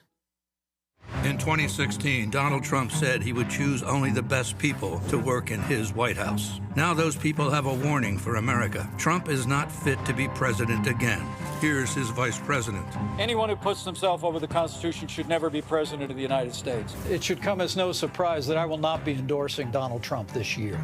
His defense secretary. Do you think Trump can be trusted with the nation's secrets ever again? No. I mean, it's just irresponsible action that places our service members at risk, places our nation's security at risk. His national security advisor. Donald Trump will cause a lot of damage. The only thing he cares about is Donald Trump. And the nation's highest-ranking military officer. We don't take an oath to a king or a queen or to a tyrant or a dictator. And we don't take an oath to a wannabe dictator. Take it from the people who knew him best. Donald Trump is a danger to our troops and our democracy. We can't let him lead our country again. I'm Kamala Harris, and I approve this message. IVF is a miracle for us because it allowed us to have our family. After having my daughter, I wanted more children, but my embryo transfer was canceled 8 days before the procedure. Donald Trump overturning Roe v. Wade stopped us from growing the family that we wanted. I don't want politicians telling me how or when I can have a baby. We need a president that will protect our rights, and that's Kamala Harris. I'm Kamala Harris, and I approve this message. Here's a 78-year-old billionaire who has not stopped whining about his problems. Oh, she had a big crowd. Oh, the crowd. This weird obsession with crowd sizes. It just goes on and on and on.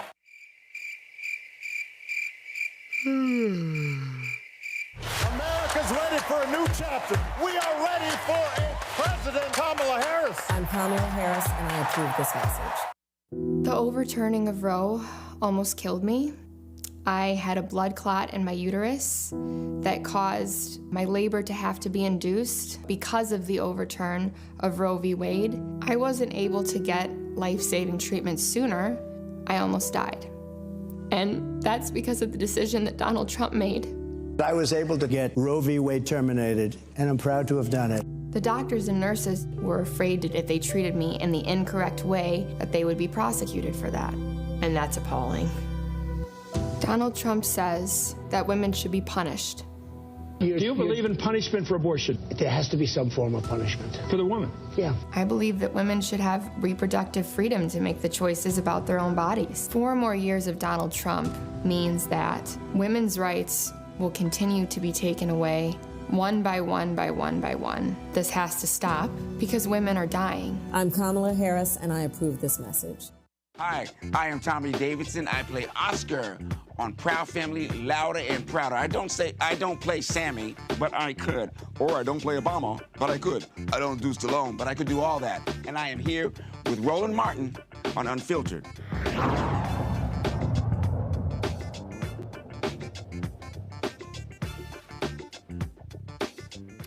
Sean Diddy Combs remains in a New York City jail after a second judge denied an effort for him to get bail. His attorneys said that he would do a $50 million bond. They said that he would take drug tests, be on a 24-hour surveillance. No women would be at his residence, but Judge Andrew Carter said no. Said the government provided sufficient evidence that Combs was a danger to the community and a danger to obstruct justice and intimidate witnesses.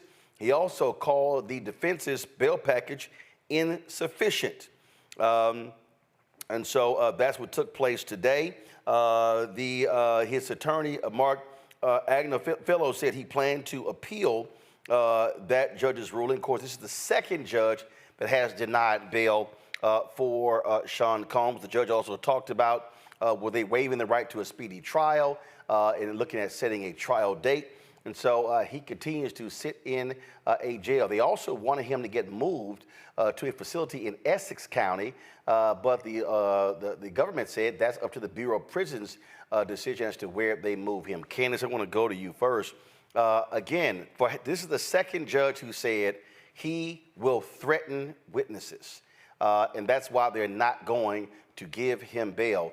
And so the government has clearly persuaded these judges that Sean Combs is an absolute threat to any potential witness in this case.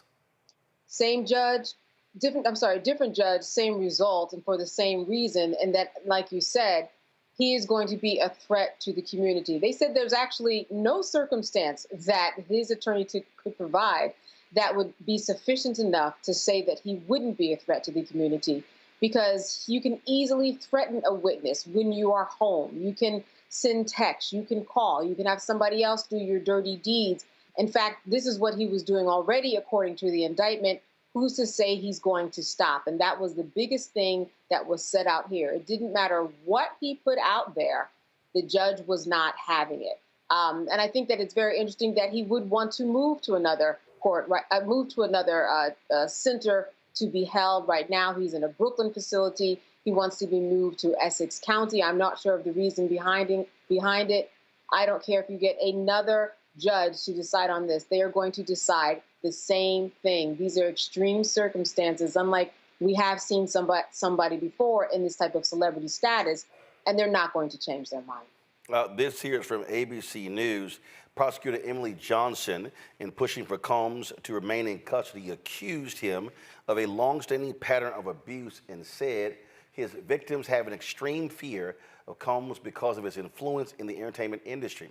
Johnson said Combs called a victim in November 2023 after Cassie Ventura's civil lawsuit was filed, seeking to maintain this victim's public support.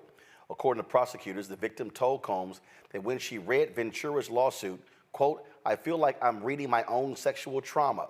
Combs allegedly tried to convince her she willingly participated in the acts, but the woman pushed back, saying that was not how she saw things. Diddy told the woman, whom prosecutors said he supports financially, that she ain't got nothing to worry about if she kept up her support of him.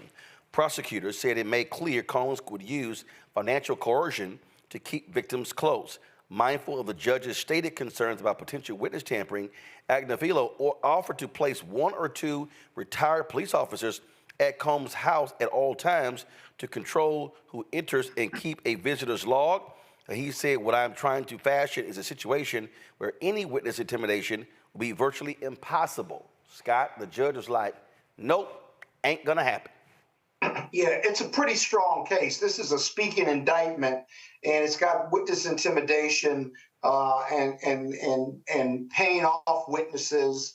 The government has really laid this out in a really powerful way, much like they did with Weinstein, much like they've done with R. Kelly. Both are in jail, and this defense that this was consensual, that factual scenario the prosecutor gave, which you just read, that's troubling to any judge, because now he's demonstrated in a civil case that he will try to persuade witnesses to support him. There's no reason for him not to do that in a criminal case when he's facing up to life imprisonment for racketeering or minimum 15 years for sexual trafficking. This case is not going to be, sexual trafficking is so broad that it's not a hard case for the government to seek a conviction. So not only is he a danger to the community, they've also got a strong case in regard to defiling the serial numbers of these weapons, which is per se a criminal violation. And I think you can get up to 5 years. So it's not looking good. He wants to move to Essex because he thinks that Essex County will have less violent people and they'll treat him better. It's a better facility, but jail is hard. And you can't do the crime if you can't do the time. So don't do the crime if you can't do the time. Kwame, we'll see, but this doesn't look good. Kwame, this is what federal prosecutors actually said today. Go back to my iPad. The defendant also poses a significant risk of obstructing justice. During the course of the charged conduct, the defendant has attempted to bribe security staff and threatened and interfered with witnesses to his criminal conduct. He has already tried to obstruct the government's investigation of this case, repeatedly contacting victims and witnesses and feeding them false narratives of events. There are simply no conditions that would ensure that the defendant's efforts to obstruct and tamper with witnesses will stop. I'm sure his lawyer was like, dude, put the phone down, don't call folks, don't text folks. But right. Kwame, it's way too late for that. He did it, Daddy. He did it. Roland, I feel like we need to draw a hard line in the sand. And I want to try this case, for me personally, in the court of public opinion. I think it is time for black men to stand with women of color, to stand up for them. I know after I saw that video with Cassie, and I know that's not the charge directly being charged right now, but I saw that and I said the only thing that for me is justice in that chase is a reciprocal ass whooping for Puffy in the same way. And I think for me, I think this case is all about making sure that karma and justice is done. I have no sympathy for Puffy in this case. I have no sympathy for other black men who are saying, you know, that they're trying to take down another black man and all this stuff about the media. And Puffy was trying to buy CBS, so they're trying to do this case to stop him from doing. Forget all that. This is a case of domestic violence. It's a case of repeated violence against women, and I hate to see that, and I want to make sure that he suffers and that all justice is done. So no sympathy for me, no safe harbor for Puffy here, and I hope the full course of the law is taken care of and done on our behalf. Roland, can I jump in? Candace, the prosecutors read a number of other text messages in court. First of all, that the previous woman I read, they actually have, that was recorded. There are recordings of that. They also read text messages that he sent to Ventura after that video, after that famous fight that was caught on video, the attack in Los Angeles. He said to her, give me 1 second, he said to her about calling the cops. Call me, the cops are here. I got 6 kids. You, please call. I'm surrounded. You're going to abandon me. I'm alone. She replied, I have a black eye and a fat lip. You are sick for thinking it's okay to do what you've done. I still have crazy bruising. They have that in text messages, and that's what the judge cited as saying, nah, he can't be let out. That's right. The digital footprint in this is so big. Between the phones and the computers, there's no way around it. We don't even know what's on the tapes yet, but we know it's enough that they were able to make this case and have this indictment be very solid to have him move to New York in order to turn himself in. Ultimately, he was arrested before that could happen. But I think what's very important also to remember is that when we look at all of these people who were saying that he tried to bribe them or that he tried to call them and say, hey, this isn't actually what happened. This is what happened according to you, and this is what you should believe, is that people are talking.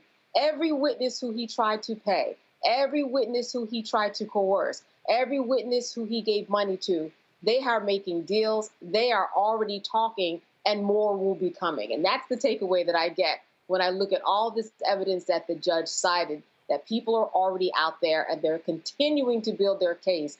Day by day, they are adding. Hold on, 1 second. Hold on. And they also, the prosecutors read in court a statement from another unnamed victim who said, you always want to show me that you have the power and you knock me around. I'm not a rag doll. I'm someone's child. Yeah, you know, Roland, as a former sex crimes prosecutor, let me say this, that sexual trafficking, sexual abuse, rape is all about power, right? The sex piece and the domination is the vehicle, but the root of all of this is power. And he fits that model as a mogul, controlling their lives with these videos and drugs and what have you. I mean, this shit was insane, man. In one part of well, in fact, the attorney tried to say that it was a toxic but loving relationship, and the judge said, the judge citing the video said, what does love have to do with that? Exactly. Because he had his security people and his housekeepers and body men. They had, in the indictment says they had to carry bags or satchels or fanny packs that had drugs in them of his choice, cocaine, amphetamines, you name it, so that at any point in time, his drug of choice or the people that he was having these freakouts with, that they would be readily available. And then they recovered those drugs, many of them, thousands of pills, a lot of pills, when they did the search for him. And let me just leave you with this. The only reason the police, when they're investigating, or the FBI raids your house, is because they think you're either going to get rid of evidence or you're not cooperating with their investigation. That's a big part of the judge's thinking as well. Kwame, go ahead. One of the unique pieces of data that I wanted to leave everybody with is that the Southern District of New York, the SDNY, the famous sovereign district, has a 95% conviction rate. They would not have brought this case if their ducks weren't in a row. So 95% conviction rate does not speak well for Puffy, and I think it speaks very well for justice. Well, and I would say really quickly that he's trying to get credit for saying, hey, I will not have drugs if you let me out. He shouldn't have drugs anyway. So he can't get credit for that and expect the judge to act just because he said he won't have drugs if he is placed on home detention. I asked the question yesterday, and so he's going to remain behind bars. There was also a back and forth, Scott, in court about waiving speedy trial with next court date, things along those lines. Potentially, when could this go to trial? Probably in 2025. Both sides will waive speedy trial, or the defense will, because the defense wants to delay it as long as it can so they can gather all the evidence in their own internal investigation, but also digest the evidence and the documents and the witness statements from the FBI to put a defense together. Now, they foreshadowed his defense to be that all of these things he's accused of were all consensual. Well, that's going to be a hard lift, because with drugs involved and the intimidation and controlling their careers based on the videos that were taken, and based on the acts, and then him running the videos and showing them, paying them less, and physically and mentally abusing them, again, rooted in power, that's going to be a powerful rebuttal to consent.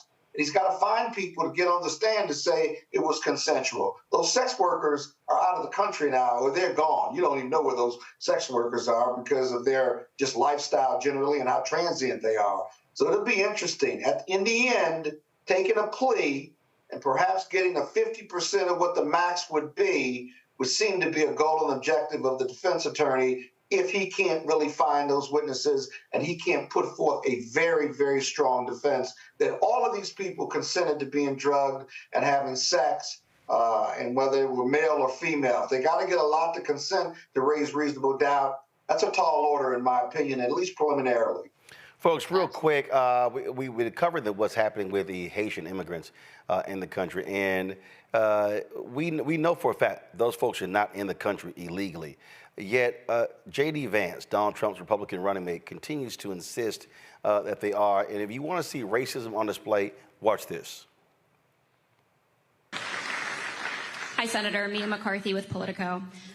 Question for you about the Haitian migrants in Springfield. So I know you've talked a lot about how we need to deport illegal aliens, but I wanted to ask you, the majority of the Haitians in Springfield came under TPS, so they are here legally. And I know you've expressed a lot of your issues with the TPS program and wanting to change that under a Trump-Vance administration. But I guess my question for you is, if you become the vice president under a Trump administration, what will you guys do about the migrants that are already there, since they did arrive legally? And a follow-up to that, if you plan to deport them, how would you do that legally? Well, look, this is a media and Kamala Harris fact check that I want to clarify and clear up right now. And here's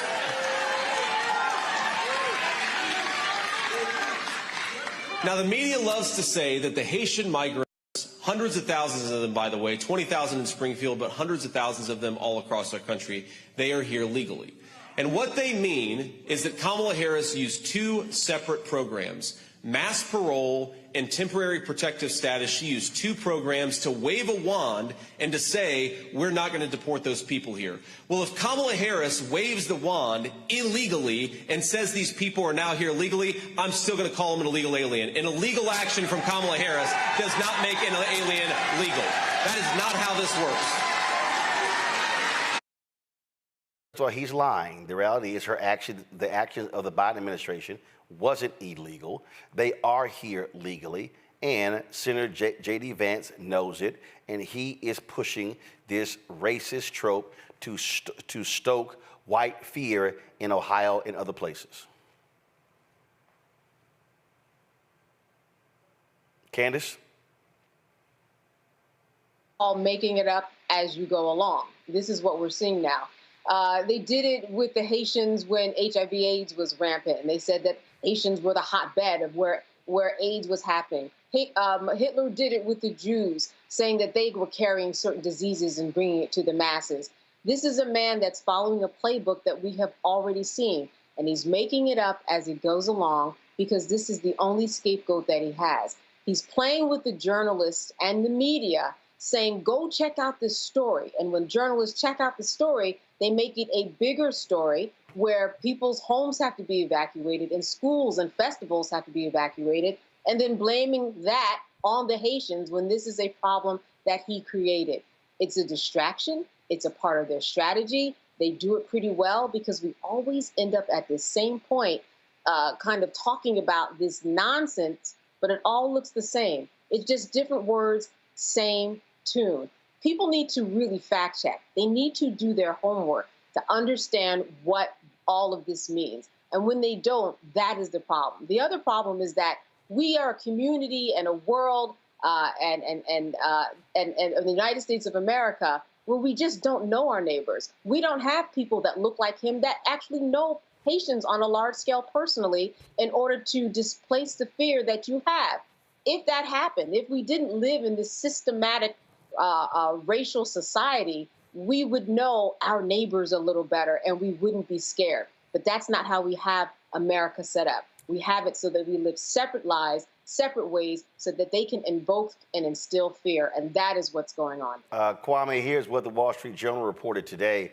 A Vance spokesperson on Tuesday provided the Wall Street Journal with a police report in which a resident had claimed the pet might have been taken by Haitian neighbors. But when a reporter went to Anna Kilgore's house Tuesday evening, she said her cat, Miss Sassy, which went missing in late August, had actually returned a few days later, found safe in her own basement. We all know that he is telling a bold-faced lie to stoke fears and resentment in Ohio voters, which he actually represents. The people he is persecuting right now, he represents that state. That includes the Haitian immigrants. That includes the longtime Ohio residents. Vice President Harris was interviewed by the National Association of Black Journalists just a few days ago and told a very powerful, humanizing story. She talked about how one of the young kids at one of these schools where a bomb threat was called in Springfield, Ohio, was on their way to picture day at school. A young kid, we all know the pride that you have in picture day. You're going to line up with all your friends. They're all going to be part of the team. We're all going to be in this class together. That student was not allowed to go to school along with hundreds and thousands of others because of the 30 or more bomb threats that have been called in to the Springfield, Ohio schools. So we are at mission critical right now in terms of this fear, and we are 1 inch away from this turning into an act of violence against this community that we all will regret. So this just boils me beyond, because this is a story that has always been part of the American stories. When the Italians showed up, when the Irish showed up, when the Germans showed up, all those ways of immigrants who've gone through this, and there's always going to be some bumps in the road, but this is a situation situation where, for one reason, because of race, because of that being a differentiating point for the Haitian community, that we continue to be stuck, and J.D. Vance thinks that he's winning on this particular issue. It is disgusting. Indeed, indeed. Folks, on Friday, I'll be participating in an invest-a-thon with Isaac Hayes III, founder of Fanbase. He joins us right now to talk about this here. So, Isaac, you're trying to raise $17 million. Walk us through what is going to be happening on Friday. Man, Invest-a-thon is this Friday. I'm so excited, happy to be here and happy to have it on your network. It's going to be a conversation, a multitude of conversations about investing in Black tech and especially Fanbase. The goal is to raise $17 million. We're already at $2.1 million, where we have a huge lineup of people speaking, guest speakers, information about equity crowdfunding. Nothing like this has ever been done, but we need to collectively drive our economic power towards technology and owning social media platforms. And so Invest-a-thon is something that I came up with, and probably about a week ago, but it was really awesome to get all these people together. We got a couple new additions too. If you guys don't know, Milton Jones, the chairman of 100 Black Men of America, is going to be here on the Invest-a-thon, and also Dr. Lisa Nicole Herring of Propel. That's Apple and Southern Company's nonprofit for HBCU students, will also be speaking. So really, the goal is between now and Friday night at 10 o'clock to raise $15 million. That's 25,000 people right now investing $600. And so this is going to be streamed on a lot of networks. We're going to collectively put our economic power together so that we can finally, take control of the infrastructure and not necessarily just be the sauce to the system. You know what I mean? With the $17 million, if successfully raised, then what does that mean for Fanbase? Well, number one, it gives us a large runway to actually accomplish a lot of things that we want to do. Number one, marketing, expanding our marketing team, expanding our development team. We're going to add RTMP streaming, advanced audio, e-commerce tools, so many things that we want to go ahead and scale and expand. Fanbase has 800,000 users already, right? And our monthly active users range between about 150 to 200,000 a month. But that pales in comparison to a lot of these super giant apps. And what we need to do is have capital to be able to scale. This is no longer really a startup. This is a scale up. And the opportunity for people to actually own equity in a company into a tech startup. And you'll hear a lot about that, how rare this is. You'll hear about the Jobs Act, what the Jobs Act means. What is that? Why, people were not allowed to invest in Apple and Google and Microsoft and Facebook, why that was illegal, and now the opportunity to do so. And especially when Black culture actually fuels these platforms and fuels these infrastructures, why it's important that we take advantage of this platform, especially, and invest and own it, because we've never been able to do that before. Absolutely. And so the Fanbase Invest-a-thon taking place 8 to 10 p.m. Eastern on Friday. We'll be, of course, streaming it right here on the Black Star Network as well. Folks, you don't have to actually wait to do that. If you want to invest, you can actually go to startengine.com/fanbase. All right, Isaac, look forward to seeing you on Friday. Yeah, man. Thank you. All right, that is it for us, folks. Let me thank Candace. Let me thank Kwame, Scott as well. Appreciate y'all being on today's panel. Thank you so very much. Folks, do not forget, support the work that we do. It is critically important because we are about speaking to the interests of African Americans, covering the stories that other people ignore, and again, providing platforms to folks who otherwise would not have an opportunity to be able to speak. And so we want you to support us.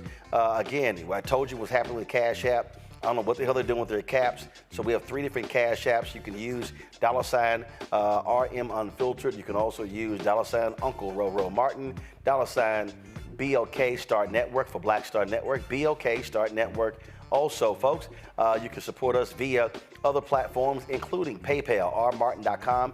First of all, paypal.me/rmartinunfiltered. Venmo is venmo.com/rmunfiltered.